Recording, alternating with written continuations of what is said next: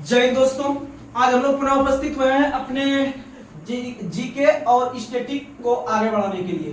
तो जिस तरह से आप सभी अपने तैयारी को मजबूत कर रहे होंगे, बस अपने आप को हिम्मत नहीं हारने दीजिएगा, अपने आप को कभी निगेटिव नहीं कीजिएगा। जब आप पॉजिटिव होकर चलिएगा तो समझ सकते हैं कि निगेटिव को कोई उतना ज्यादा वो नहीं है, मतलब आगे जाने का उसका ज्यादा कोई लाइफ नहीं है। इसीलिए उस निगेटिव को जो है कि पॉजिटिव हमेशा दबा के रखता है। इसीलिए क्योंकि कहा जाता है, जब आप मोटिवेशनल वीडियो वगैरह देखते होंगे, कि हमारे भारत ही नहीं पूरे विश्व में जो है कि 99% जो आबादी है वो सिर्फ निगेटिव को जल्दी फॉलो करता है, और 1% आबादी भी अच्छे से पॉजिटिव को लेके नहीं चलता है। यही हकीकत है। जब आपको और अभी पता है कि जितना भी वैकेंसी निकलता है, उस वैकेंसी का लगभग 1% भी का भी सिलेक्शन नहीं होता है, और उतना सीट भी नहीं है। क्योंकि मान लीजिए अभी आप बिहार एसएससी का अगर मान हटाइए उसको, अगर आप एलपी का वैकेंसी देखिएगा तो 5000 पोस्ट है या 5500 है, तो उसमें से लगभग 18 लाख फॉर्म गिरा हुआ है। तो यानी समझ सकते हैं कि कितना परसेंट का सिलेक्शन होने वाला है। तो उसी तरह से अगर हम पूरे इंडिया का अगर हम देखते हैं कि कितना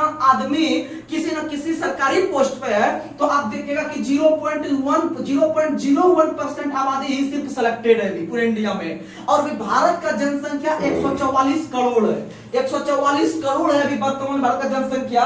और आपको पता है कि इसमें से मात्र 0.01% जो है कि आदमी सिलेक्टेड है, किसी सरकारी पोस्ट पे है। तो समझ सकते हैं कि अच्छा से 1% भी नहीं है। तो आप कैसे तैयारी कीजिएगा कि जो 1% में आप आ सकते हैं, या 0.01 में आने के लिए आपको कितना मेहनत करना पड़ेगा। भले देखिएगा बहुत सारा आदमी क्या होता है कि घर के प्रेशर से जो है ना अपना तैयारी और कॉपी किताब लेकर बैठा रहता है और कहीं बाहर में पढ़ रहा होता है, वो एक बोझ के रूप में है। लेकिन जब आप सेलेक्ट नहीं हो के जाइएगा, 2005 साल घर से गार्जियन का पैसा भी खर्च करके जाइएगा घर, बोरिया बिस्तर समेट के, तो आप कहीं का नहीं रहिएगा। यही हकीकत है। क्योंकि आपका वास्ता एक बचपन से आपका वास्ता जो रहा है सिर्फ और किताब कॉपी और कलम से रहा है, और जब सेलेक्ट नहीं होइएगा तो फिर आप कहीं का नहीं रहिएगा, घर का ना नहीं घाट का। इसीलिए अपने आप को ईमानदारी से अपने पैर पे कुल्हाड़ी मत मारिए। इसीलिए आप पॉजिटिव होकर तैयारी कीजिए और मेरा साथ दीजिए, आपका सिलेक्शन अच्छा से हो जाएगा। क्योंकि जैसे ही इलेक्शन का समाप्ति होगा, एग्जाम डेट धड़ल्ले से आपके सामने देखने के लिए मिलेगा, और आप सोचते रह जाइएगा एग्जाम जो का डेट तुरंत आ जाएगा सामने में, और तब लगेगा कि अरे यार अब समय ही नहीं बचा है, समय ही नहीं बचा है। और वही लड़का बोलिएगा ऐसा बात जो कि अभी एग्जाम के डेट के आशा में लगाए हुए कि कब एग्जाम डेट आएगा, नहीं आएगा। अरे एग्जाम डेट तो आना ही आना है एक दिन, क्योंकि जब फॉर्म भराया गया है तो एग्जाम डेट आएगा ही आएगा। और अगले साल जो है कि विधानसभा का चुनाव भी है बिहार के अंदर में, तो आप लोग आराम से तैयारी करते रहिए, और एक वैकेंसी आते रहेगा। यही हकीकत है। तो चलिए बिना कोई देरी के हुए आज के हम सेशन को शुरू कर रहे हैं। और बहुत सारे छात्र कमेंट कर रहे थे कि ये आपका क्या कहते हैं, पॉलिटी को भी लीजिए, उसके बाद हिस्ट्री को भी लीजिए, ज्योग्राफी को भी लीजिए। तो अभी आपको हम हिस्ट्री को लेकर चल रहे हैं, तो आपका उसके बाद विविध में आपको हम लूसेंट को कवर करवा रहे हैं। उसके बाद फिर आपका जो है कि अभी साइंस कवर करवा रहे हैं एक वीडियो में। उसके बाद पॉलिटी और ज्योग्राफी को भी लेकर चलेंगे। आप बस खाली शांति बनाए रखिए और आराम से हमारे वीडियो को देखिए, आपको एक कंटेंट क्लियर हो जाएगा। तो चलिए हम आगे शुरुआत करते हैं, क्योंकि हम हार्ड क्वेश्चन और इजी क्वेश्चन दोनों को लेकर चलते हैं। क्योंकि बहुत सारे छात्र का मनोवैज्ञानिक दबाव बन गया है और प्रेशर बन गया कि हार्ड पढ़ना है, हार्ड पढ़ना है। पता चलता है कि एग्जाम में इजी क्वेश्चन ही स्लिप कर जाता है, और एग्जाम में जो है कि वो गलती करके आ जाता है। और पता चलता है बाहर में आके किसी लड़का को ये सुनते हुए नहीं, आप सुने होंगे बोलते हुए कि मेरा एग्जाम में हार्ड क्वेश्चन गलती हो गया। हार्ड किसी का गलती नहीं होता है, सबके मुंह से सुनिएगा इजी मेरा क्वेश्चन गलती हो गया। तो भैया आप आराम से पढ़िए ना, आप इजी क्वेश्चन को पढ़िए, आपका आराम से सिलेक्शन हो जाएगा। और यही हकीकत है कि जब एग्जाम में गलती क्वेश्चन होता है इजी वाला, तो एग्जाम में रिजल्ट उसका नहीं होता है, क्योंकि अच्छा लड़का जो है इजी क्वेश्चन गलती नहीं होने देता है। तो चलिए इसी के साथ हम आगे के सेशन को शुरुआत करते हैं इजी क्वेश्चन से, फिर आपको हार्ड क्वेश्चन भी लेने का प्रयास करेंगे। बस आप लगातार बन के चलिए। तो आज का पहला सवाल, भारत के राष्ट्र ध्वज का लंबाई और चौड़ाई का अनुपात कितना होता है? 3:2। 3:2। सुनिएगा, भारत का राष्ट्र ध्वज, भारत का जो राष्ट्र ध्वज है वह तिरंगा है। भारत का राष्ट्र ध्वज तिरंगा है, और इसको भारत के संविधान के द्वारा डेट याद रखिएगा, 1 नंबर क्वेश्चन आता ही है। याद रखिएगा 22 जुलाई 1947 को, 22 जुलाई 1947 को भारत के संविधान सभा के द्वारा राष्ट्र ध्वज तिरंगा को अपनाया गया। वहीं आगे चलकर पता है कि भारत का जो राष्ट्र ध्वज तिरंगा है, इसको पहली बार जो विदेश में फहराने का काम किया था वह मैडम भिखाजी कामा, मैडम भिखाजी कामा ने, आपका याद रखिएगा 1907 में मैडम भिखाजी कामा ने जर्मनी में, कहां में? जर्मनी में। जर्मनी का एक शहर है स्टुटगार्ट, जर्मनी का एक शहर स्टुटगार्ट में मैडम भिखाजी कामा ने भारत का राष्ट्र झंडा फहराने का काम किया। और आप लोग को पता है कि इसी राष्ट्र झंडे को जो जर्मनी में फहराया गया था, इसको चुराकर भारत में लाने का काम आपका ईदुलजी साहब ने किया था। किसने किया था? ईदुलजी ने किया था। यह क्वेश्चन एनटीपीसी का पूछा हुआ क्वेश्चन है कि जर्मनी में मैडम भीखाजी कामा के द्वारा फहराए गए झंडे को चोरी छिपे भारत लाने का काम किसने किया? तो ईदुलजी साहब ने किया था। किसने किया था? ईदुलजी ने किया था। और फहराई थी वो 1907 में। और जब वह फहराई तो याद रखिएगा इसका एक उपनाम पड़ा भारतीय क्रांति की मां। भारत क्रांति की मां, भारतीय क्रांति की मां के नाम से मैडम भीखाजी कामा को जाना जाता है। और आप लोग को पता है कि भारत का जो राष्ट्र ध्वज बनाया था वह किसने बनाया था? तो वह पिंगली वेंकैया नायडू ने। किसने बनाया था? पिंगली वेंकैया नायडू ने बनाया था। वहीं भारत का जो राष्ट्र ध्वज तिरंगा है उसका लंबाई और चौड़ाई का रेशियो 3:2 है। यह रेशियो में ही रहना चाहिए भारत का राष्ट्र ध्वज। यह व्यक्ति था बताने वाला जवाहरलाल नेहरू।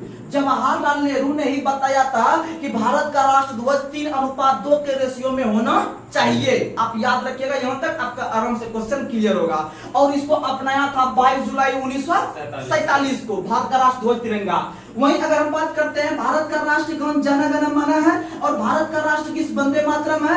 और भारत के प्रथम राष्ट्रपति डॉक्टर राजेंद्र प्रसाद, ये तीनों जो भारत के अंदर बने थे यह फिर अपनाया गया था। वह अपनाया गया था संविधान सभा की अंतिम बैठक 24 जनवरी 1950 को। 24 जनवरी 1950 को भारत का राष्ट्रगान जन गण मन, भारत का राष्ट्रगीत वंदे मातरम और सर्वसम्मति से भारत के प्रथम राष्ट्रपति बनते हैं डॉक्टर राजेंद्र प्रसाद 1949 के अंदर। लेकिन वो चुनाव के तहत नहीं बैठे थे, वो सर्वसम्मति से बैठे थे। और जब 1951 ईस्वी में भारत के अंदर में पहला विधिवत चुनाव राष्ट्रपति का हुआ था, तो याद रखिएगा भारत के राष्ट्रपति के रूप में विधिवत चुनाव के फलस्वरूप जो है कि आपका 1951-52 में बैठने के काम किए थे राष्ट्रपति राजेंद्र प्रसाद ने। लेकिन इससे पहले 2 साल जो है कि वह सर्वसम्मति से बैठे थे। कैसे बैठे थे? सर्वसम्मति से। और उसके बाद वह 2 पंचवर्षीय एकदम फुल बैठे, यानी 5-5 10 साल और 12 साल लगभग आपके राजेंद्र प्रसाद बने हैं भारत के राष्ट्रपति। और राजेंद्र प्रसाद को भारत के अंदर में पहला राष्ट्रपति बनने का गौरव जो दिया था वह बिहार ने दिया था। और बिहार के जीरा देई गांव से हुआ था। और इनका जन्म याद रखेगा राजेंद्र प्रसाद का 1884 को हुआ था 3 दिसंबर के दिन। 3 दिसंबर के दिन हुआ था। और डॉक्टर राजेंद्र प्रसाद का एक पुस्तक बहुत फेमस है, India Divided. India Divided, India Divided Rajendra Prasad, India Divided Rajendra Prasad. और आप लोग को पता है कि राजेंद्र प्रसाद जो थे इनके द्वारा जो है कि आपका संविधान सभा का जब गठन किया गया था तो वो संविधान सभा के अस्थायी अध्यक्ष बने थे। संविधान सभा के अस्थायी अध्यक्ष डॉक्टर राजेंद्र प्रसाद बने थे। और वह जो बने थे आपके किस दिन? तो आप लोग को पता है 11 दिसंबर 1946 को। संविधान सभा की पहली बैठक 9 दिसंबर 1946 को हुआ था। लेकिन इसमें वो पहुंच नहीं पाए थे। तो इसकी अध्यक्षता या पहले अधिवेशन की अध्यक्षता जो किया था संविधान सभा का वो डॉक्टर सच्चिदानंद ने किए थे। किसने किए थे? और यही डॉक्टर सच्चिदानंद सिन्हा जो है कि आपका संविधान सभा के सबसे बुजुर्ग सदस्य थे। और यह जो है कि आपका अस्थायी अध्यक्ष के रूप में पहला कार्यभार संभाला। लेकिन 11 दिसंबर को जब कार्यकाल शुरू हुआ या बैठक शुरू हुआ, इसकी अध्यक्षता राजेंद्र प्रसाद ने किया। किसने किया? राजेंद्र प्रसाद ने किया था। आप लोग याद रखने का प्रयास कीजिएगा। चलिए हम लोग आगे बढ़ते हैं। अगला क्वेश्चन आप लोग को बताना है। अगला क्वेश्चन आप लोग बताइए कि आप लोग को बताना है कि सबसे न्यूनतम तरंग दैर्घ्य किस रंग का होता है? तो सबसे न्यूनतम तरंग दैर्घ्य बैंगनी का होता है। और सबसे अधिकतम तरंग दैर्घ्य लाल का होता है। किसका होता है? लाल का। आप लोग को बता देते हैं कि तरंग दैर्घ्य जो उल्टा होता है, तरंग दैर्घ्य जो व्युत्क्रमानुपाती होता है वह किसका होता है? तो तरंग दैर्घ्य व्युत्क्रमानुपाती परिकिरणन का होता है। किसका होता है? यानी जिस रंग का परिकिरणन अधिक होगा उसका तरंग दैर्घ्य कम होगा, और जिसका तरंग दैर्घ्य अधिक होगा उसका परिकिरणन कम होगा। तो याद रखिए तरंग दैर्घ्य खाली आप लाल का याद रख लीजिएगा, पर कम बन जाएगा 4 कंटेंट। यानी सबसे अधिक तरंग दैर्घ्य लाल का, तो इसका मतलब लाल का सबसे परिकिरणन कम होता होगा। यानी सबसे अधिक आपका परिकिरणन बैंगनी का, इसका मतलब बैंगनी का तरंग दैर्घ्य सबसे कम होता होगा। समझ में आया ना? अब इसी को हम आपको दूसरे फैक्ट पे लेके चलते हैं। आपको जो है कि जब पेड़ पौधे में जब प्रकाश संश्लेषण की दर से संबंधित क्वेश्चन आता है कि पौधे के प्रकाश का जो आपका प्रकाश संश्लेषण की प्रक्रिया होती है किस रंग में सबसे अधिक होती है, तो आप लोग को बता दें कि प्रकाश संश्लेषण जो है वह लगभग 3 प्रकार के रंग में होता है। कैसे? सॉरी रुकिए, बैनल याद रखिएगा, बैनल याद रखेगा। यानी बैंगनी, नीला, लाल, ये 3 प्रकार के कलर में सबसे अधिक प्रकाश संश्लेषण की दर होती है, और सबसे अधिक जो होती है सबसे लास्ट बनाओ में लाल में, किसमें होता है? प्रकाश संश्लेषण की दर सबसे अधिक लाल में और सबसे कम बैगनी में, सबसे कम बैगनी में। याद रखिएगा, आराम से याद रहेगा। चलिए आगे बढ़ते हैं। अगला क्वेश्चन आप लोग को बताना है, विश्व का एकमात्र हिंदू राष्ट्र कौन है? नेपाल। विश्व का एकमात्र हिंदू राष्ट्र नेपाल है, और नेपाल की राजधानी काठमांडू है। नेपाल की राजधानी काठमांडू है। काठमांडू बागमती नदी किनारे है, और काठमांडू में एक मंदिर बहुत फेमस है, पशुपतिनाथ का मंदिर, जो कि शिव देवता को समर्पित है। और आप लोग को पता है कि आपका नेपाल के जो आजाद हुआ है, या फिर आप बोल सकते हैं आजाद नहीं बोल सकते क्योंकि वो गुलाम नहीं हुआ है। नेपाल का जो संविधान लागू हुआ है 2015 में, नेपाल का संविधान 2015 में लागू हुआ है, और 2015 से ही भारत सरकार या मोदी सरकार के द्वारा प्रत्येक वर्ष 26 नवंबर को संविधान दिवस के रूप में मनाने का घोषणा किया गया। और 26 नवंबर को संविधान दिवस या विधि दिवस या कानून दिवस, ये सब हम लोग मनाते हैं 26 नवंबर को, क्योंकि 26 नवंबर 1949 को हमारे संविधान जो है कि बनकर तैयार हुआ था, और उसी दिन लगभग 15 अनुच्छेद लागू कर दिए गए थे। और 15 अनुच्छेद में से सबसे अधिक अनुच्छेद नागरिकता संबंधित, किससे संबंधित?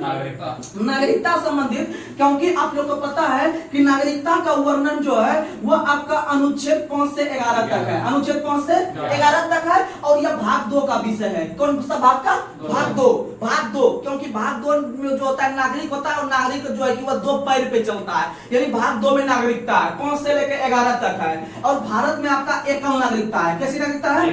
एकल नागरिकता है। यहाँ पर दोहरी नागरिकता नहीं है, क्योंकि यहाँ पर एकल नागरिकता जो है वह सिर्फ भारत सरकार नागरिक देता है। अगर हम बिहार से संबंध है, अगर हमको बिहार सरकार या नीतीश कुमार हमको अगर देता, हमको जो है कि आपका नागरिकता का प्रावधान करता, तो हम समझते हैं कि वो बिहार सरकार दे रही है, वो भारत सरकार दे रही है, हम दोहरी नागरिकता हो जाते हैं। लेकिन यहाँ पर नीतीश कुमार या राज्य सरकार, किसी राज्य सरकार का जो है यहाँ पर कोई अधिपत्य नहीं होता है, यहाँ पर सिर्फ भारत सरकार का होता है, इसलिए वहाँ पर एकल नागरिकता है। कैसी नागरिकता? और भारत ने एकल नागरिकता ब्रिटेन के संविधान से लिया है। कहां से लिया है? ब्रिटेन के संविधान से लिया है। और ब्रिटेन से ही हम लोग लिए हैं क्या? तो राष्ट्रपति का पद लिए हैं ब्रिटेन से। और आप लोग को पता है, देखिए बहुत बच्चा कंफ्यूज कर गए हो यहाँ से कि अमेरिका क्या होगा तब, तो याद रखिएगा राष्ट्रपति का पद ब्रिटेन से, राष्ट्रपति पर महाभियोग अमेरिका से, राष्ट्रपति पर महाभियोग अमेरिका से। लेकिन राष्ट्रपति का जो निर्वाचक मंडल लिए हैं, कहां से लिए हैं? तो राष्ट्रपति का निर्वाचक मंडल कहां से लिए हैं? तो राष्ट्रपति का जो निर्वाचक मंडल है वो आयरलैंड से लिए हैं। कहां से लिए हैं? आयरलैंड से। राष्ट्रपति का निर्वाचक मंडल की व्यवस्था आयरलैंड से लिए हैं। याद रखिएगा कि राष्ट्रपति का पद अगर पूछे तो ब्रिटेन के संविधान से, और राष्ट्रपति पर महाभियोग पूछे तो अमेरिका के संविधान से। और राष्ट्रपति का अगर पूछे कि निर्वाचक मंडल या फिर उसका जो रहता है निर्वाचक मंडल की कौन कौन शामिल होता है नहीं होता, ये चीज हम आयरलैंड के संविधान से लिए हैं। कहां से लिए हैं? आयरलैंड के संविधान से। आप लोग याद रखेगा। और ब्रिटेन के संविधान से आपका मंत्रिमंडल लिए हैं। आपका मंत्रिमंडल कैसे कैसे चलेगा नहीं चलेगा, या फिर विभाग प्रणाली लिए हैं। और ब्रिटेन के संविधान से आप लोग को पता है कि कोई भी व्यक्ति जब चुनाव में सबसे अधिक मत लाता है तो वही विजेता घोषित होता है। तो याद रखिएगा ऐसा प्रावधान भी हम लोग ब्रिटेन के संविधान से लिए हैं। कहां से लिए हैं? ब्रिटेन के संविधान से लिए हैं। तो ये इस तरह का चीज है। वहीं अमेरिका से सुप्रीम कोर्ट लिए हैं, न्यायिक पुनर्विलोकन लिए हैं, उपराष्ट्रपति का पद लिए हैं, सुप्रीम कोर्ट लिए हैं। तो ये सब चीज जो लिए हैं हम लोग कहां से लिए हैं? अमेरिका के संविधान से। और दक्षिण अफ्रीका के संविधान से हम लोग लिए हैं संविधान संशोधन। क्या लिए हैं? संविधान संशोधन लिए हैं। और दक्षिण अफ्रीका से ही समझिएगा 2 चीज आप लोग को पता है। अगर हम राज्यसभा को पढ़ते होंगे तो राज्यसभा में टोटल अगर आपको पता है कि सदस्य 2 जगह से पहुंचता है। एक साइड से पहुंचता है मनोनीत होकर, एक साइड से पहुंचता है निर्वाचित होकर। आप लोग को पता है कि राष्ट्रपति के द्वारा जो है कि आपका 12 सदस्य का मनोनयन किया जाता है। आपका विभिन्न प्रकार के साहित्य व कला से किया जाता है 12 सदस्य का मनोनयन। और मान लीजिए कि वर्तमान समय में आपके राज्यसभा में कुल मान लीजिए कि 245 सीट है राज्यसभा में। 245 में से आपका 12 जो आता है वह सदस्य मनोनयन के तहत आता है। और मनोनयन जो करते हैं वह राष्ट्रपति करते हैं। कौन करते हैं? राष्ट्रपति यानी प्रेसिडेंट करते हैं मनोनयन। और ये 12 सदस्य का जो मनोनयन या फिर राष्ट्रपति राज्यसभा में करते हैं, ये वाला चीज हम लोग आयरलैंड के संविधान से लिए हैं। कहां से लिए हैं? आयरलैंड। जहां से डीपीएसपी लिए हैं, जब आप लोग पढ़ते होंगे डीपीएसपी। और राज्यसभा के 12 सदस्य का मनोनयन भी कहां से लिए हैं? आयरलैंड से लिए हैं। लेकिन मान लीजिए इसमें जो 233 को जो बचा ये निर्वाचन के थ्रू आएगा। कैसे आएगा? निर्वाचन के थ्रू आएगा। और ये जो निर्वाचन होता है राज्यसभा सदस्य का, ये वाला चीज प्रक्रिया हम साउथ अफ्रीका से लिए हैं, या दक्षिण अफ्रीका से, जहां के संविधान संशोधन या फिर अनुच्छेद 368 या फिर भाग 20 लिए हैं, भाग 20 लिए हैं, याद रखिएगा। चलिए आगे बढ़ते हैं। अगर हम बात करते हैं और आपको कि कनाडा से कहां लिए हैं, तो कनाडा से अवशिष्ट शक्ति लिए हैं, कनाडा से अवशिष्ट शक्ति लिए हैं। कनाडा से आपका राज्यपाल संबंधी प्रावधान जो लिए हैं वो आपके कनाडा के संविधान से लिए हैं। और अवशिष्ट शक्ति पर कानून बनाने का अधिकार केंद्र सरकार को होता है। और केंद्र में अवशिष्ट शक्ति जो निहित होती है वह अनुच्छेद 248 के तहत, अनुच्छेद 248 के तहत। वहीं अगर हम बात करते हैं रूस से, तो रूस से हम लोग न्याय लिए हैं, न्याय। ये क्योंकि आप लोग को पता है हमारे प्रस्तावना में 3 प्रकार का न्याय है। और 3 प्रकार के न्याय में से आप लोग को पता है एक सामाजिक है, एक राजनीतिक है, एक आर्थिक है। ये 3 प्रकार का न्याय होता है। अगर आप लोग को पता है, जुगाड़ देते हैं कि अगर कोई व्यक्ति को न्याय नहीं मिलता है तो वो रूस हो जाता है, रूस जाता है। क्या होता है? रूस। यानी न्याय हम लोग रूस से लिए हैं। और रूस के संविधान से ही आप लोग को पता है कि पंचवर्ष योजना लिए हैं। क्या लिए हैं? पंचवर्ष योजना, यानी 5 ईयर प्लान लिए हैं, आप याद रखिएगा। और पंचवर्ष योजना का शुरुआत 1951 से हुआ था 1 अप्रैल के दिन। और पहली पंचवर्ष योजना आपका हैराल्ड डोबर के मॉडल पर आधारित था। और दूसरा जो था वो पीसी महालनोबिस पर, पीसी महालनोबिस पर, याद रखिएगा। और पंचवर्ष योजना का अंतिम रूप से अनुमोदन जो करता है वो राष्ट्र विकास परिषद करता है। कौन करता है? राष्ट्र विकास परिषद यानी एनडीसी करता है। और राष्ट्र विकास परिषद का स्थापना 1952 में हुआ था। कब हुआ था?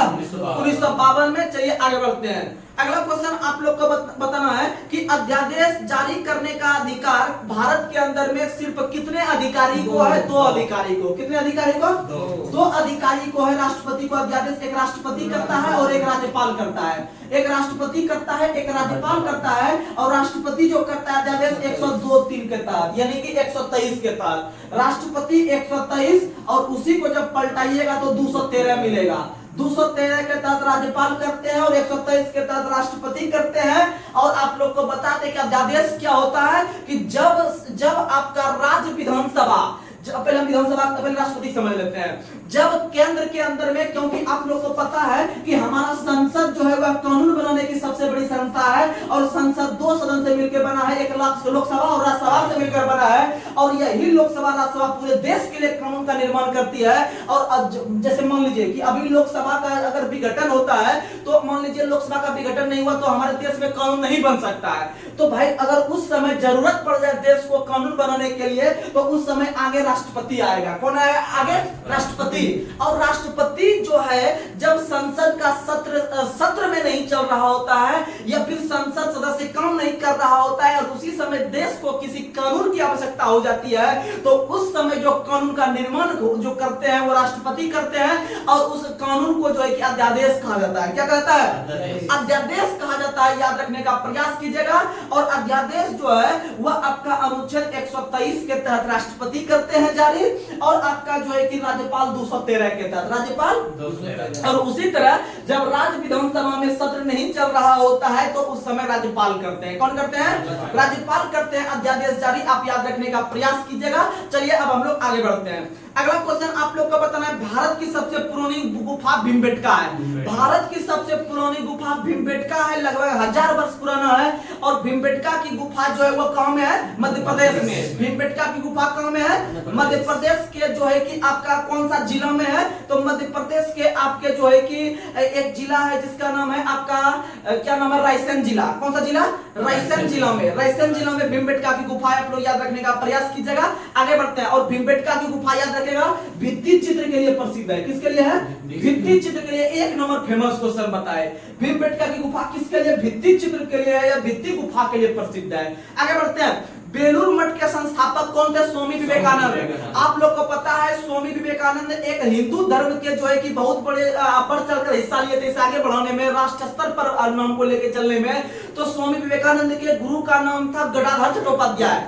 स्वामी विवेकानंद का मूल नाम था नरेंद्र दत्त। स्वामी विवेकानंद के मूल नाम था नरेंद्र दत्त और उनके जो गुरु थे उनके गुरु का नाम था गदाधर चट्टोपाध्याय। और गदाधर चट्टोपाध्याय जो फेमस हुआ वह आपका रामकृष्ण परमहंस के नाम से फेमस हुआ। यानी रामकृष्ण परमहंस का मूल नाम गदाधर चट्टोपाध्याय और स्वामी विवेकानंद का मूल नाम नरेंद्र दत्त था। लेकिन जब आप लोग को पता है कि इनके उपलक्ष्य में आगे चलकर दो चीज का स्थापना किया। आगे चलकर स्वामी विवेकानंद ने अपने गुरु गदाधर चट्टोपाध्याय या फिर रामकृष्ण परमहंस के उपलक्ष्य में स्वामी विवेकानंद ने आपका दो चीज का स्थापना किया। एक किया 1887 में और एक किया 1897 में। एक किया 1897 में। तो 1887 में याद रखिएगा बंगाल के अंदर में बेलूर मठ। किसका मठ? बेलूर मठ। तो क्वेश्चन पूछेगा कि बेलूर मठ का संस्थापक कौन है? तो विवेकानंद। और बेलूर मठ का संबंध किससे? रामकृष्ण परमहंस से, अपने गुरु की अध्यक्षता में। समझ में आ गया? और इसके 10 वर्ष के बाद जो है कि 1897 में विवेकानंद ने इनके यानी गदाधर चट्टोपाध्याय या रामकृष्ण परमहंस के आप उपलक्ष्य में रामकृष्ण मिशन का स्थापना किया। किसका स्थापना? रामकृष्ण मिशन का स्थापना किया। ये दोनों क्वेश्चन बहुत फेमस है, याद रखिएगा स्वामी विवेकानंद के द्वारा। और स्वामी विवेकानंद ने एक पुस्तक का रचना किया है आपका, आप लोग को पता होगा, राजयोग, कर्मयोग, ये सब पुस्तक के लेखक विवेकानंद है। ये पुस्तक के लेखक कौन है?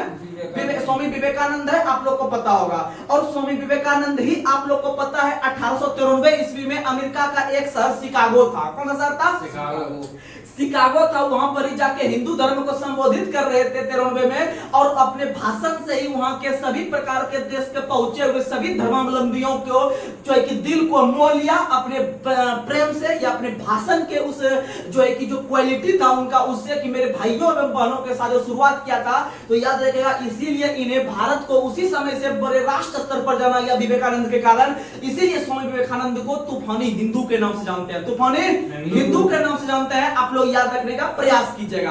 तूफानी हिंदू विवेकानंद, तूफानी हिंदू विवेकानंद। लेकिन आप लोग को एक क्वेश्चन पता है गौतम बुद्ध के बारे में। गौतम बुद्ध को आप लोग को पता है, गौतम बुद्ध को आप लोग को पता है, गौतम बुद्ध को लाइट ऑफ एशिया कहा जाता है। गौतम बुद्ध को लाइट ऑफ एशिया यानी कि एशिया का ज्योति पुंज कहा जाता है। गौतम बुद्ध को लाइट ऑफ एशिया कहा जाता है। और इसे कहने वाले व्यक्ति थे आपके कौन? तो याद रखिएगा जो कहने वाले व्यक्ति थे अर्नोल्ड। कौन थे? अर्नोल्ड। अच्छा क्वेश्चन है, याद रखिएगा।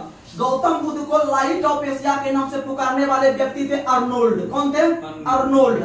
अर्नोल्ड थे। और वहीं आप लोग को पता है भारत के अंदर में एक व्यक्ति या एक शासक का नाम है समुद्रगुप्त। क्या नाम है? और समुद्रगुप्त को क्या कहा जाता है? भारत का क्या कहता है? भारत का नेपोलियन। भारत का नेपोलियन समुद्रगुप्त जो कहा था सबसे पहले, वो कहा था आपका कौन? तो याद रखिएगा स्मिथ ने। B.A. स्मिथ पूरा नाम है, B.A. स्मिथ। B.A. स्मिथ ने समुद्रगुप्त को भारत का नेपोलियन कहा था। आप याद रखने का प्रयास कीजिएगा। तो ये सब क्वेश्चन जो है कि आप लोग को याद रखना पड़ेगा। और महात्मा गांधी को अर्धनग्न फकीर आपके फ्रैंक मॉरिस और विंस्टन चर्चिल ने कहा था। और महात्मा गांधी को महात्मा की उपाधि रविंद्रनाथ टैगोर ने, महात्मा गांधी को बापू की उपाधि जवाहरलाल नेहरू ने। और जवाहरलाल नेहरू ने ही महात्मा गांधी का जब निधन हुआ था तो उन्होंने बोला था कि हमारे जीवन से प्रकाश चला गया, हमारे जीवन से प्रकाश चला गया। और वही महात्मा गांधी को राष्ट्रपिता के नाम से सुभाष चंद्र बोस ने पुकारा था। सुभाष चंद्र बोस ने पुकारा था। चलिए आगे बढ़ते हैं। अगला क्वेश्चन, भारत संविधान में आपातकाल की अवधारणा किस देश से ली गई है? तो आप लोग को हम जरा समझाने का प्रयास करते हैं। आप समझिएगा आपातकाल का, सुनिएगा आपातकाल के बारे में जल्दी से बता देते हैं। आपातकाल, आपातकाल के बारे में क्वेश्चन यहां पर आता है, सुनिएगा। आपातकाल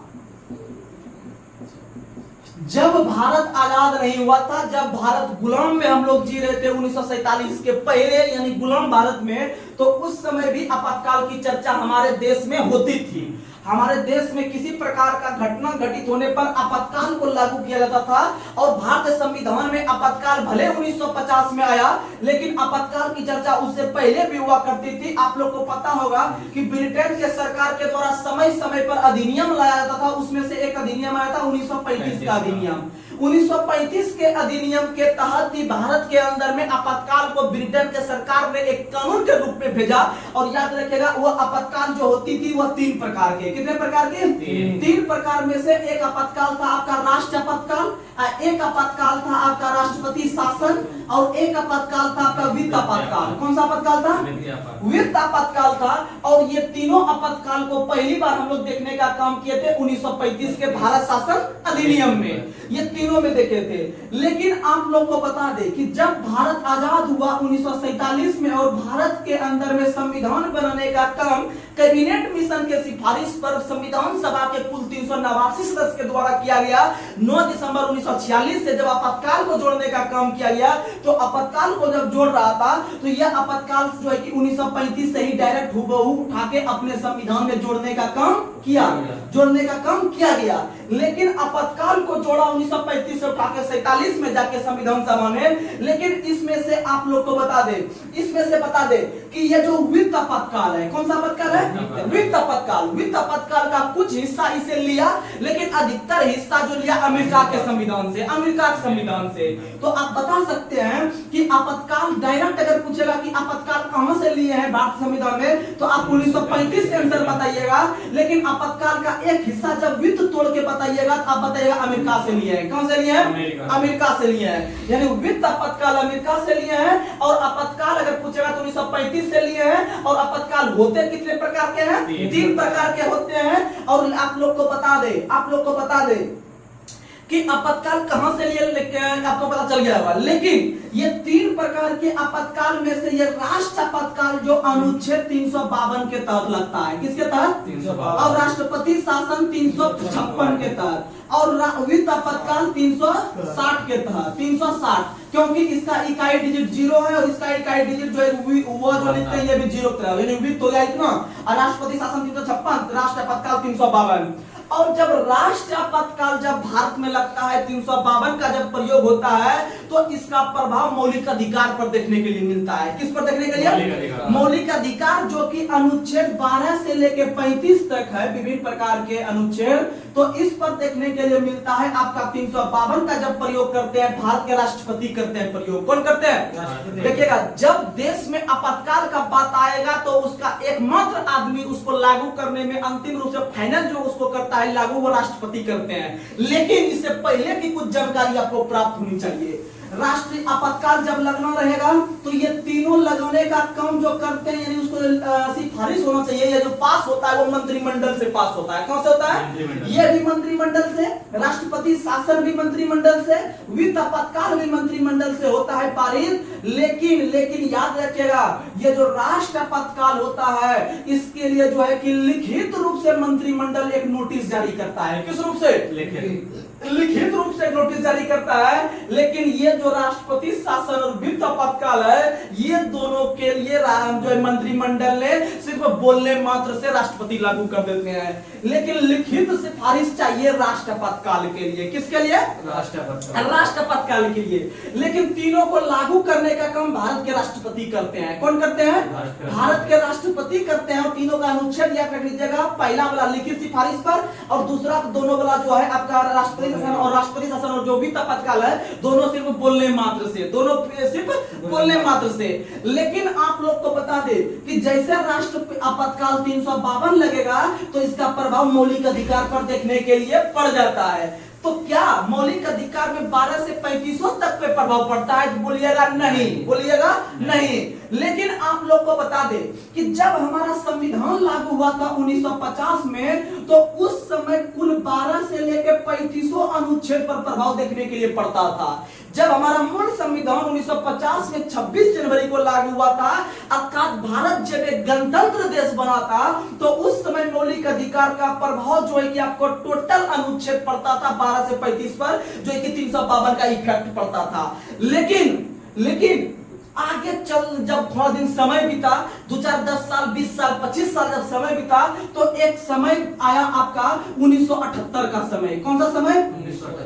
1978 में आप लोग को पता है 1977 में पहली बार गैर कांग्रेसी सरकार बनी, जिसका नाम था मोरारजी देसाई की सरकार, बीजेपी की तरफ से बनी थी। तो उन्होंने एक संविधान संशोधन करवाया, 44वां संविधान संशोधन 1978। 44वां संविधान संशोधन 1978 के तहत यह प्रावधान लाया गया कि यह जो 352 का जो प्रयोग होता है, टोटल मौलिक अधिकार इसमें जो है कि निरस्त हो सकता है। तो बोला कि इसमें से एक दो अनुच्छेद को बचाया जाए, यानी उस पर कोई प्रभाव नहीं पड़ना चाहिए जब लागू होगा। तो बोला कौन कौन, तो याद रखिएगा कौन कौन बताइए, 21-22 कि 20-21 कौन सा अनुच्छेद, 20 और 21, अनुच्छेद 20 और 21 जो है कि इसमें से कोई प्रभाव नहीं पड़ेगा। तो याद रखिएगा कि अनुच्छेद 20 और 21 को छोड़कर सभी प्रकार के मौलिक अधिकार जो है कि निरस्त हो सकते हैं आपके राष्ट्रीय आपातकाल के दौरान, लेकिन आप समझिएगा कि जब शुरुआत का भारत हुआ करता था तो क्या ये दोनों बच सकता था, नहीं बच सकता था। तो याद रखिएगा इसको बचाया कौन सा संविधान संशोधन, 44वां 1978, और 44वां 1978 संविधान संशोधन के तहत ही संपत्ति के अधिकार को मूल अधिकार से हटाकर आपको अनुच्छेद 300 के कॉम एक कानूनी अधिकार के रूप में रखा गया, और फिर भाग 12 में रखा गया। भाग 12 में 300 जो पढ़िएगा अनुच्छेद वो भाग 12 में आएगा। तो आप ये याद रखिएगा, लेकिन आप समझिएगा यानी कि एक माइंड में फिट रखिएगा कि 20 और 21 कोई भी स्थिति में बंद नहीं हो सकता है, लेकिन इसको छोड़ के जितना अनुच्छेद बचा उस पर थोड़ा सा हम गौर करते हैं। यानी जैसे अनुच्छेद 352 लागू होगा, तो मौलिक अधिकार जो अनुच्छेद 12 से लेके 35 तक है उसमें से सिर्फ अनुच्छेद 19 को अटैक करेगा। कौन, तो याद रखिएगा, फिर से सुनिएगा, जैसे अनुच्छेद 352 लागू हुआ, 352 लागू हुआ राष्ट्रपति के द्वारा, तो अनुच्छेद 358 अपने आप काम करना चालू कर दिया। यानी जैसे 352 लागू हुआ तो वो 358 अपने आप चालू हो गया, और जैसे 358 चालू हुआ तो स्पेशल अनुच्छेद 19 को अटैक करेगा, तो क्वेश्चन पूछेगा कि मौलिक अधिकार जो अनुच्छेद 19 जो निलंबित होता है कौन से अनुच्छेद के कारण, तो 358 के कारण, और होते हैं 352 आपका राष्ट्रीय आपातकाल के दौरान। लेकिन जब भारत सरकार को लगे या राष्ट्रपति को लगे कि अनुच्छेद 19 से कुछ नहीं होने जाने वाला है और मामला गंभीर होते जा रहा है, तो भारत के राष्ट्रपति जो है कि मंत्रिमंडल के सुझाव पर बोलेगा अब हम रामबाण का यूज कर रहे हैं, अब जो होगा अंतिम प्रयास मेरा 359 है। कौन है, 359 है, और अनुच्छेद 359 जैसे लागू होगा राष्ट्रपति करेंगे तो 19 तो पहले बेचारा इससे अटैक हो गया है, अब जो शेष बचा इसको तो लेना ही नहीं है, ये तो अपने आप पे बाहुबली है। इसके अलावा जो बचा जो अनुच्छेद 16 हो, 17 हो, 18 हो, 24 हो, 23 हो, ये सब जो है किसी भी अनुच्छेद को 359 अपने अटैक करेगा आके। समझ पाया नया? और यह जो अटैक कर रहा है, यानी यहाँ से आपको क्वेश्चन जो था उस क्वेश्चन को अब आपको समझ में आएगा। क्वेश्चन था कि मौलिक अधिकार का प्रभाव मौलिक अधिकार पर प्रभाव जो आपका आपातकाल पर पड़ता है यह कौन देश से लिए है। तो क्या आपको मौलिक अधिकार पर प्रभाव देखने के लिए पड़ रहा है आपको आपातकाल का, तो बोलिएगा ये जो अटैक हो रहा है, इधर से अटैक ये कर रहा है, इधर से अटैक ये कर रहा है, करवा रहा है ये, तो इसका मतलब ये जर्मनी के बीमर से लिए हैं। कहां से लिए हैं? जर्मनी बीमर से। लेकिन अगर सीधा रहेगा आपातकाल कहां से लिए हैं, तो आपातकाल हम लोग 1935 से लिए हैं। कहां से लिए हैं? 1935 से लिए हैं। या फिर आपातकाल का एक ब्रांच तोड़ के बोलेगा वित्त आपातकाल कहां से लिए हैं, तो अमेरिका से लिए हैं। कहां से लिए हैं? अमेरिका से लिए हैं। आपको समझ में आया नया? तो आप लोग ऐसे याद रखने का प्रयास कीजिएगा। और ये जो आपका वित्त आपातकाल लगता है, वित्त आपातकाल लगने का भी 3 तरीका होता है, आप लोग को बहुत अच्छा से बताएंगे, बस आप लगातार बनकर चलिए। तो चलिए अगला क्वेश्चन आप लोग को बताना है। अगला क्वेश्चन आप लोग बताइए, केंद्र औद्योगिक सुरक्षा बल यानी सीआईएसएफ को जो ट्रेनिंग दी जाती है किस शहर में? हैदराबाद में। कहां में दी जाती है?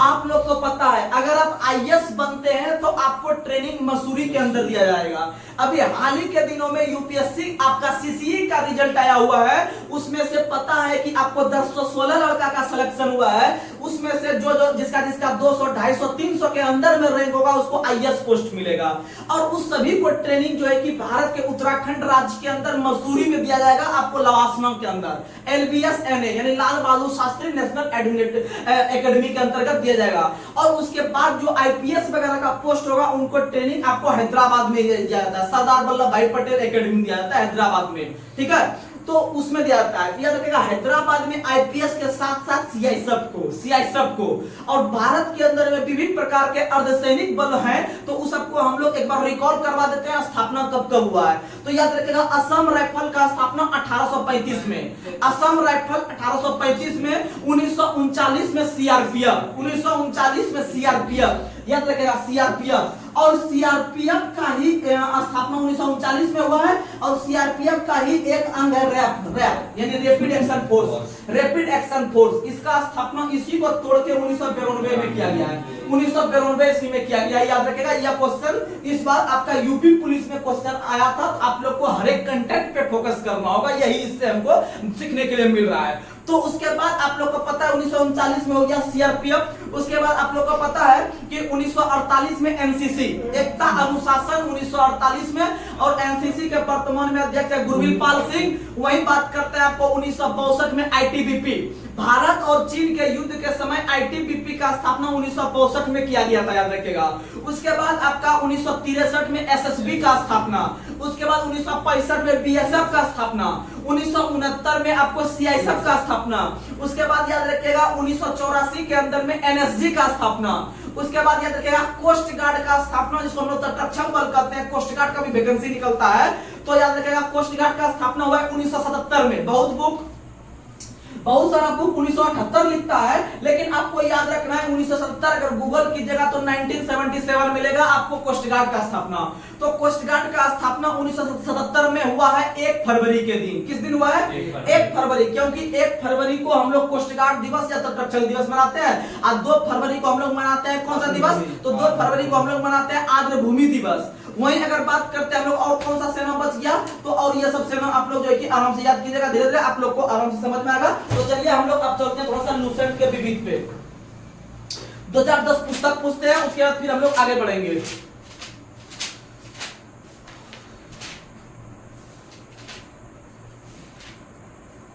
चलिए बहुत महत्वपूर्ण सब पुस्तक है, आप लोग जो है कि याद रखने का प्रयास कीजिएगा मेरे साथ। आप लोग को बताना है पंचतंत्र, देखिएगा जो भी छात्र एनटीपीसी और जीडी और Bihar SSC, special Bihar SSC का तैयारी कर रहे हैं, आप लोग जितना हम विविध बताए हैं, अगर हुबहू 8 से 10 क्वेश्चन नहीं आएगा तो फिर आप बोलिएगा, क्योंकि सचिवालय सहायक में बैठिए या आप बिहार एसएससी में बैठिए, क्वेश्चन एग्जाम में आता है। आप किसी भी एग्जाम में बैठिए, ये लूसेंट बहुत फेमस है, आप याद कीजिएगा तो आप कोई भी एग्जाम निकाल सकते हैं लूसेंट के बदौलत। लेकिन अगर आप उसमें से और क्रीम बच्चा बनना चाहते हैं तो आप अधिक से अधिक और सारा बुक पढ़ सकते हैं, उसमें कोई किसी के लिए रुकावट नहीं है। लेकिन हाँ, अगर आप स्मार्ट स्टडी करके एक अच्छा बेहतरीन स्टूडेंट बनना चाहते हैं, आप मेरे साथ लगातार बन के रहिए, आपको पूरा मैच्योरिटी टाइप का स्टूडेंट बना देंगे मेरे साथ धीरे धीरे। क्योंकि जो लगातार रहते होंगे, आप लोग कमेंट भी देखते होंगे कि बहुत सारे छात्र कमेंट करते हैं कि जो है कि हम अब धीरे धीरे कॉन्फिडेंस अपने आप में आ रहा है, क्योंकि जीके जीएस एक ऐसा सब्जेक्ट है, लगातार मेहनत कीजिएगा तभी आप जो है कि अच्छा बन सकते हैं। तो चलिए आगे बढ़ते हैं।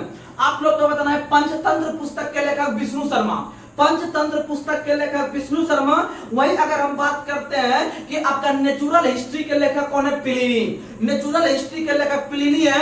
और वही बात करते हैं प्रेम वाटिका, तो प्रेम वाटिका जो है कि रसखान, प्रेम वाटिका रसखान, क्योंकि प्रेम वाटिका यानी कि वाटिका यानी बागवान, बागवान में प्रेम करते हैं, तो इसका मतलब है कि आपको जो है कि रसखान के तरह नाम याद रखिएगा, प्रेम वाटिका रसखान, प्रेम वाटिका रसखान आप याद रखने का प्रयास कीजिएगा। इसमें जो है कि प्रेम कहानी निर्मित है, इसमें से आपका प्रेम वाटिका जो रसखान ने लिखे हुए हैं। चलिए आगे बढ़ते हैं। मिर्च कटिकम सुदरक, मिर्च कटिकम सुदरक, मिर्च कटिकम सुदरक, मिर्च कटिकम सुदरक, और मिर्च कटिकम का ही दूसरा नाम है मिट्टी का खिलौना, मिट्टी का खिलौना।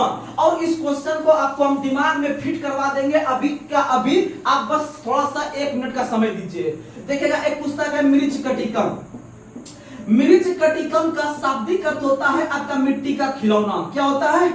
मिट्टी का खिलौना। और आप लोग को पता है, आप लोग को पता है कि जब आप बचपन में होंगे, जब आप बच्चा में 2, 4, 5 साल का होंगे, तो आप मिट्टी मिट्टी खेलते होंगे, यानी 4 को बच्चा मिल जाते होंगे और मिट्टी का पूरा एकदम उसको पानी के साथ जो है कि पूरा एकदम मत के उसका कुछ से कुछ मूर्ति वगैरह बनाते होंगे मिट्टी का। और उधर से आपके पापा आते होंगे तो बोलते होंगे सुधर जाओ, नहीं तो पूरा मार मारेंगे। इसका मतलब सुधर जाओ, क्या हो जाओ? सुधर जाओ, सुधर जाओ यानी सुधरक, सुधर जाओ यानी सुधरक, यानी कि मिर्च कटिकम का सुधरक, मिर्च कटिकम काम का सुदृढ़। और अच्छा लड़का कंफ्यूज कर जाते हैं, जब एग्जाम में 4 ऑप्शन दिखेगा लगेगा अरे यार एग्जाम का प्रेशर है, क्या मारे नहीं मारे, कंफ्यूज नहीं हो जाए।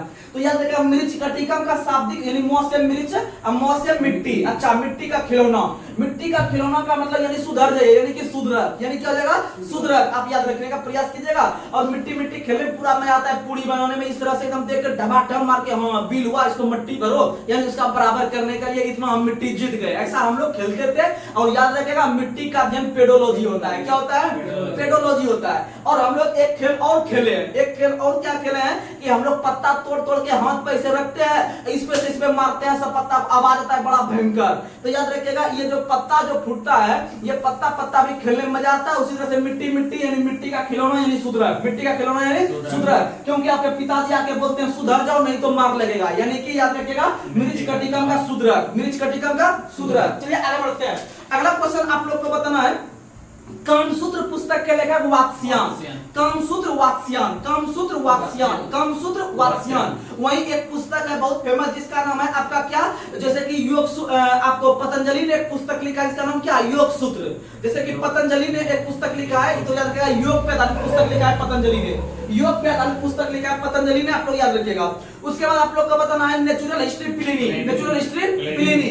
वही एक पुस्तक है भारत का भूगोल, भारत का भूगोल पुस्तक का लेखक टॉलमी है, भारत का भूगोल पुस्तक के लेखक टॉलमी है। और टॉलमी ने एक सिद्धांत आप लोग को बार-बार बताते हैं, आपको कौन सा सिद्धांत, तो उसमें ट्री देते हैं भुट्टा, क्या देते हैं भुट्टा, यानी भू के अंदर सिद्धांत टॉलमी, भू के अंदर सिद्धांत टॉलमी।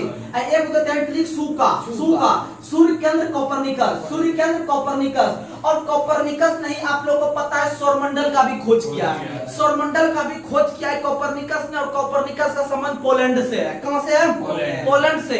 और एक व्यक्ति है केपलर, केपलर ने आपके ग्रहों का गति का नियम दिया है, और केपलर ने ग्रहों का गति का नियम पक्का पक्की 1600 में दिया है। और केपलर का संबंध जर्मनी से है, कहां से है, और फॉरेनहाइट का संबंध भी जर्मनी से है, फॉरेनहाइट का संबंध भी जर्मनी से। चलिए अगला क्वेश्चन, अगला क्वेश्चन बताना है, बुद्ध चरितम के लेखक कौन है, अश्वघोष, बुद्ध चरितम अश्वघोष, बुद्ध चरितम अश्वघोष। वहीं अगर देखते हैं हम लोग जो है कि कादम्बरी बन भट्ट का पुस्तक है, कादम्बरी किसका है, बन भट्ट का, कादम्बरी बन भट्ट का पुस्तक है। और एक पुस्तक आपको बताए थे चिदम्बरा, चिदम्बरा पुस्तक के लेखक है सुमित्रानंदन पंत, चिदम्बरा पुस्तक के लेखक है सुमित्रानंदन पंत। और भारत के अंदर में ज्ञानपीठ पुरस्कार पाने वाले हिंदी भाषा में पहले व्यक्ति बने हैं आपके कौन, तो सुमित्रानंदन पंत बने हैं, सुमित्रानंदन पंत बने हैं, शायद 1968 में इनको मिला था, याद रखिएगा। वहीं आप लोग को पता है कि रामधारी सिंह दिनकर को उर्वशी भाषा में, सॉरी उर्वशी पुस्तक के लिए, उर्वशी पुस्तक के लिए दिया गया था, वह भी हिंदी में था। और भारत के अंदर में ज्ञानपीठ पुरस्कार पाने वाले पहले व्यक्ति बने हैं श्री शंकर ग्रुप। और श्री शंकर ग्रुप को ज्ञानपीठ पुरस्कार जो मिला था 1965 में। और अब पता है कि ज्ञानपीठ पुरस्कार में कुल राशि 11 लाख, कितना लाख, 11 लाख। आप याद रखने का प्रयास कीजिएगा। और आप लोग को पता है कि ज्ञानपीठ पुरस्कार का स्थापना 1961 में, पहली बार दिया गया 1965 में। पाने वाले व्यक्ति श्री शंकर ग्रुप। और श्री शंकर ग्रुप में से आप लोग को पता है उनका संबंध मलयालम भाषा से, और मलयालम जो है वह केरल में चलती है और लक्षद्वीप में भी चलती है। और आप लोग को पता है कि इनका पुस्तक का नाम था आडा कुजाई, क्या नाम था, आडा कुजाई।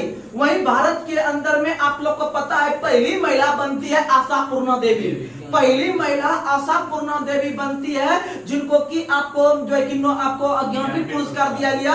और ज्ञानपीठ पुरस्कार जो दिया गया इनको बंगाली भाषा में दिया गया। और बंगाली भाषा में इनका पुस्तक का नाम था प्रथम प्रतिश्रुति, प्रथम प्रतिश्रुति, प्रथम प्रतिश्रुति जो पुस्तक था इनके लिए दिया गया। वहीं आप लोग को पता है कि भारत में अंग्रेजी भाषा में, भारत में अंग्रेजी भाषा में ज्ञानपीठ पुरस्कार पाने वाले पहले व्यक्ति बने थे कौन, तो अमिताभ घोष। कौन बने थे, अमिताभ घोष। और अमिताभ घोष यानी बंगाल में जाना है, बंगाल में पुस्तक कल बताए थे, बंगाल यानी कलकत्ता, यानी the Calcutta chromosome, the Calcutta chromosome. और वह हमेशा स्मोक करते रहता है, क्या करता रहता है, smoke, the river smoke, the Calcutta chromosome. और इसमें स्मोक जो करता है, स्मोक करते हुए वो फायर करता है, क्या करता है, फायर, यानी the flood of fire, the river smoke, the Calcutta chromosome. ये तीनों पुस्तक किसका है, तो अमिताभ घोष का है, किसका है, अमिताभ घोष का है। आप लोग जुगाड़ से भी याद रख सकते हैं। वही द शेडो लाइन पुस्तक के लेखक भी अमिताभ घोष है, शेडो लाइन पुस्तक के लेखक अमिताभ घोष है। और इनको जो है कि ज्ञानपीठ पुरस्कार 2018 में दिया गया था, कब दिया गया था, 2018 में दिया गया था। आप लोग याद रखने का प्रयास कीजिएगा। चलिए आगे बढ़ते हैं।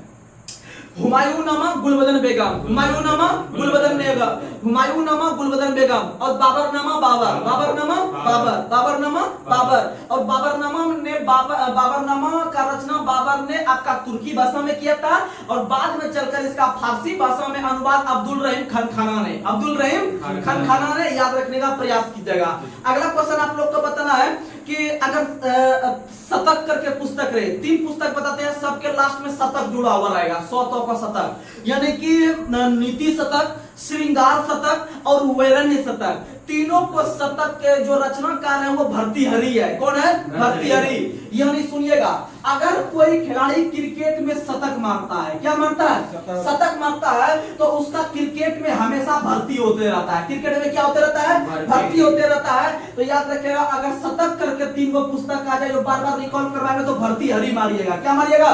भर्तृहरि मारिएगा। अगर थोड़ा सा आपको एग्जाम में अगर याद रहेगा क्वेश्चन तो आप पक्का सही मार के आ सकते हैं। तो चलिए आगे, अगला क्वेश्चन आप लोग को बताना है।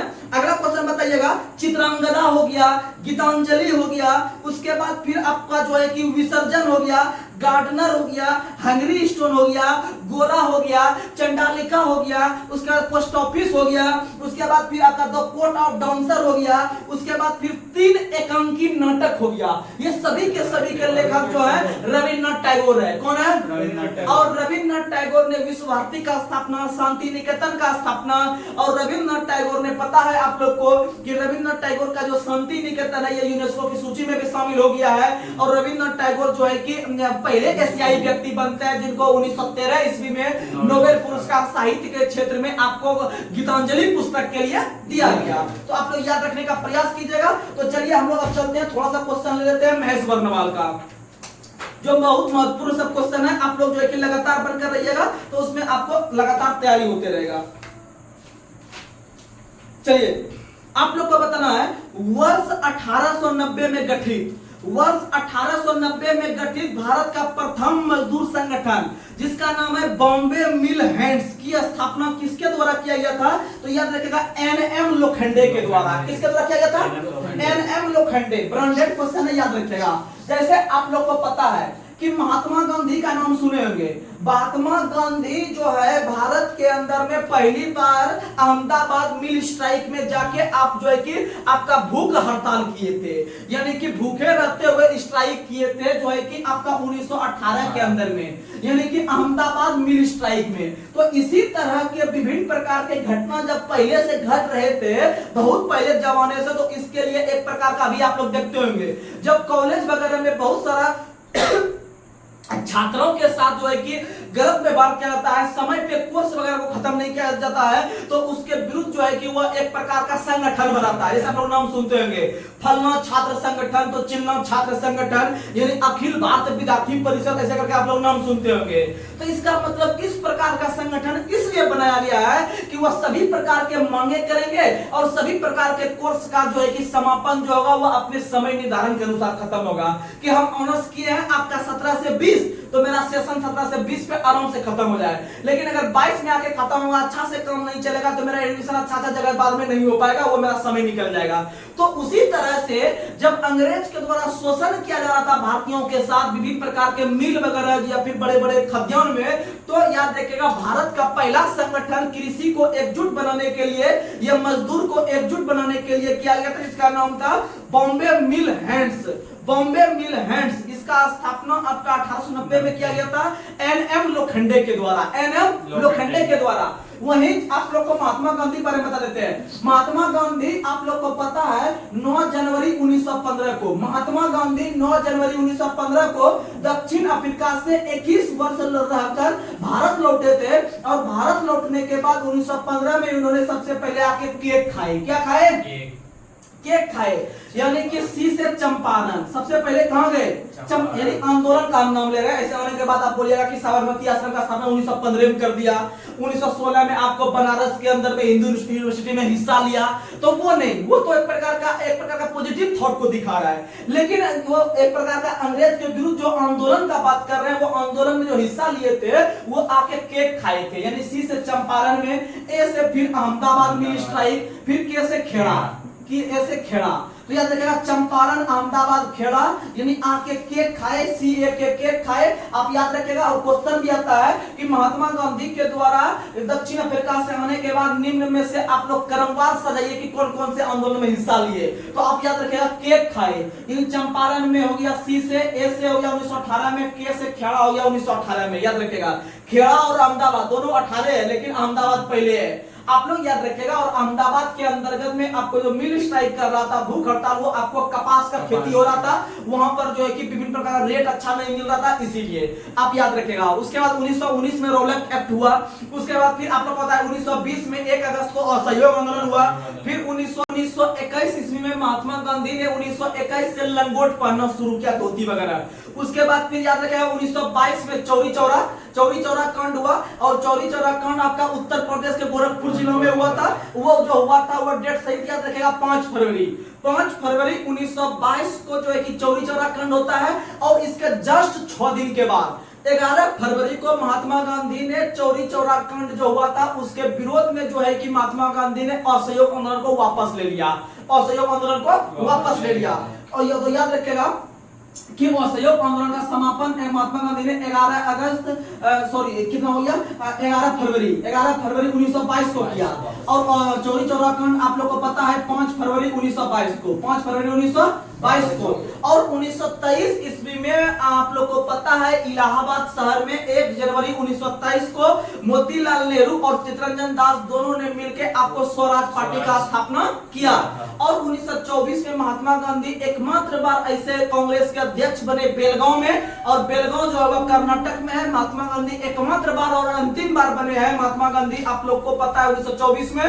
वहीं 1924 में जो है कि पहली बार स्वराज पार्टी बनती है, जो कि आप लोग को पता है कि वह भारत के लिए संविधान का मांग की थी। लेकिन भारत के लिए संविधान का मांग करने वाला पहला व्यक्ति पूछ देगा तो क्या मारिएगा, तो याद रखिएगा भारत के अंदर में संविधान का मांग करने वाला पहला व्यक्ति जो बना था वह बाल गंगाधर तिलक बना था। कौन बना था? बाल गंगाधर तिलक, यानी लोकमान्य बाल गंगाधर तिलक 1895 में ही भारत के लिए संविधान का मांग करने वाला पहला व्यक्ति बाल गंगाधर तिलक बने थे। और बाल गंगाधर तिलक कभी भी कांग्रेस के अध्यक्ष नहीं बने हैं, याद रखिएगा, कभी भी कांग्रेस के अध्यक्ष नहीं बने हैं। यह आपके गर्म दल से संबंधित नेता थे आपके बाल गंगाधर तिलक। और बाल गंगाधर तिलक ने पहली बार भारत के लिए संविधान का मांग 1895 में किया था। लेकिन 1922 ईस्वी में महात्मा गांधी के द्वारा संविधान का मांग किया गया, और बोला गया कि भारत का संविधान जो होना चाहिए वो भारतीयों के इच्छा अनुसार होना चाहिए, भारतीयों के इच्छा अनुसार। उसके बाद आगे चल के 1937-38 के लगभग में जवाहरलाल नेहरू का यह कथन था कि भारत का जो संविधान होना चाहिए वह वयस्क मताधिकार के आधार पर होना चाहिए। तो सुनिएगा 3 क्वेश्चन। भारत के लिए संविधान सभा का मांग करने वाला पहला व्यक्ति बाल गंगाधर तिलक, लेकिन भारत के जो महात्मा गांधी ने 1922 में बोला था या बोले थे कि भारत का जो संविधान का निर्माण होना चाहिए वो होना चाहिए भारतीयों के इच्छा अनुसार, वहीं महात्मा गांधी के बाद जवाहरलाल नेहरू ने कहे थे कि भारत का जो संविधान का निर्माण होना चाहिए वो वयस्क मताधिकार पर होनी चाहिए। कैसे होनी चाहिए? वयस्क मताधिकार पर। तो चलिए आगे बढ़ते हैं। अगला क्वेश्चन आप लोग को बताना है कि भारत में पहली बार जो मजदूर दिवस मनाया गया था 1 मई को, मनाना कब से शुरू हुआ था? तो याद रखिएगा 1927 से ही मजदूर दिवस मनाना शुरू हुआ था। आप लोग याद रखने का प्रयास कीजिएगा। उसके बाद आप लोग बताइएगा कि all India trade union Congress यानी AITUC, यानी याद रखिएगा अच्छा से AITUC यानी all India trade union Congress का स्थापना जो हुआ था 1920 में। कब हुआ था? 1920 में हुआ था। और इसका था NM जोशी के द्वारा। किसके द्वारा? NM जोशी के द्वारा किया गया था स्थापना। वहीं इसके जो पहले अध्यक्ष बने थे, अगर क्वेश्चन पूछेगा all India trade union Congress के पहले अध्यक्ष कौन बने थे? वो लाला लाजपत राय बने थे। कौन बने थे? लाला लाजपत राय बने थे। और आप लोग को बता दे, सुनिएगा, all India trade union Congress का स्थापना 1920 में होता है। इसके जो संस्थापक थे वो जोशी साहब थे, और प्रथम अध्यक्ष जो बने थे वो लाला लाजपत राय बने थे। और याद रखिए रखिएगा कि भारत के अंदर में एक राष्ट्रपति बनते हैं, भारत के अंदर में एक राष्ट्रपति बनते हैं जिनका नाम बीबी गिरी है। ऐसे तो बीबी गिरी भारत के राष्ट्रपति बनने से पहले उपराष्ट्रपति के रूप में भी काम किया बीबी गिरी, लेकिन कोई व्यक्ति जब राष्ट्रपति या उपराष्ट्रपति बनता है तो उनका संबंध किसी ना किसी पार्टी से होता है, किसी ना किसी पार्टी से। जैसे वर्तमान समय में भारत के राष्ट्रपति अभी द्रौपदी मुर्मू है, उनका संबंध एनडीए से है या बीजेपी से भी बोल सकते हैं। एनडीए और बीजेपी में अंतर है, बीजेपी एक प्रकार का राष्ट्रीय पार्टी है और एनडीए एक प्रकार का गठबंधन है, क्योंकि यानी एनडीए सबसे बड़ी पार्टी हो गई उसमें जो छोटा छोटा पार्टी जाके जो सट जाता है या उसमें मिल जाता है, गठबंधन कर लेता है, उसी को हम लोग एनडीए कहते हैं। ठीक है, एनडीए करते हैं, याद रखिएगा, प्रयास कीजिएगा। यानी एनडीए का फुल फॉर्म होता है national democratic alliance, national democratic alliance. और वहीं कांग्रेस का देखिएगा, भारत के अंदर सुनिए, पहले भारत के अंदर में एक एनडीए का नाम सुनते होंगे, एक आप लोग यूपीए का नाम सुनते होंगे, यूपीए का नाम सुनते होंगे। यानी कि एनडीए जो होता है वह बीजेपी को सपोर्ट करने वाली जो पार्टी सब मिलकर बनाती है वह एनडीए की पार्टी बनाती है। वहीं आपको कांग्रेस दूसरी तरफ से एक तरह की पार्टी है, यही दो पार्टी सबसे बड़ा है भारत में, यानी कि एक तरह से दो पार्टी है। ऐसे पार्टी भारत में बहुत है, लगभग 1600-1700 पार्टी है इंडिया में, लेकिन सबसे मुख्य पार्टी, राष्ट्र स्तरीय पार्टी वो जो है वह मुख्य रूप से दो है, आपका बीजेपी और कांग्रेस। तो कांग्रेस को जो सपोर्ट करने के लिए छोटा छोटा पार्टी आके इसमें घुस जाता है, उसी को यूपीए कहते हैं। क्या कहते हैं? यूपीए कहते हैं, इसको प्रोग्रेसिव अलायंस कहते हैं, progressive alliance, United progressive alliance कहते हैं। इसको आपका नेशनल डेमोक्रेटिक अलायंस कहते हैं, याद रखिएगा। यानी कि बीजेपी और कांग्रेस हो गया। तो इसी तरह से किसी ना किसी पार्टी से होता है राष्ट्रपति का संबंध। लेकिन भारत के अंदर में पहले राष्ट्रपति बीबी गिरी बने थे, भारत के अंदर में पहले राष्ट्रपति बीबी गिरी बने थे, जिसका संबंध AIUTUC से था, यानी जिसका संबंध किसी पार्टी पॉलिटिक्स से नहीं था, इसका संबंध all India trade union Congress से था। और यहां से आकर वो भारत के राष्ट्रपति के रूप में अपना कार्यभार सौंपे थे। और भारत के अंदर में पहले कार्यवाहक राष्ट्रपति के रूप में भी बीबी गिरी बने थे। और भारत के अंदर में पहले आपके राष्ट्रपति बीबी गिरी बनते हैं, जिसका संबंध जो है किसी पार्टी से नहीं था, अर्थात निर्दलीय था। अर्थात कैसे थे? निर्दलीय थे, आप लोग याद रखिएगा। और भारत के पहले निर्विरोध राष्ट्रपति बोलेगा तो नीलम संजीव रेड्डी। भारत के अंदर में पहले निर्विरोध राष्ट्रपति नीलम संजीव रेड्डी। अब भारत के अंदर में पहले निर्दलीय राष्ट्रपति वो बने हैं आपके बीबी गिरी। अब तो भाई कहां से थे? तो AIUTUC से थे, जिसका स्थापना 1920 में हुआ है। संस्थापक MM जोशी थे और पहले अध्यक्ष आपके लाला लाजपत राय थे। तो आप लोग को आज का कंटेंट कैसा लगा आप लोग जरूर जो है कि कमेंट बॉक्स में बताइएगा। और जो है कि आप लोग जब लगातार बनकर आप इस तरह से तैयारी कीजिएगा तो आपका सिलेक्शन एकदम कंफर्म होगा। और तैयारी करने वाले और मेहनत करने वाले का कहीं सिलेक्शन रुका नहीं है, यही हकीकत है। तो चलिए आज के सेशन को यहीं पर समाप्त करें। तब तक के लिए जय हिंद, जय भारत।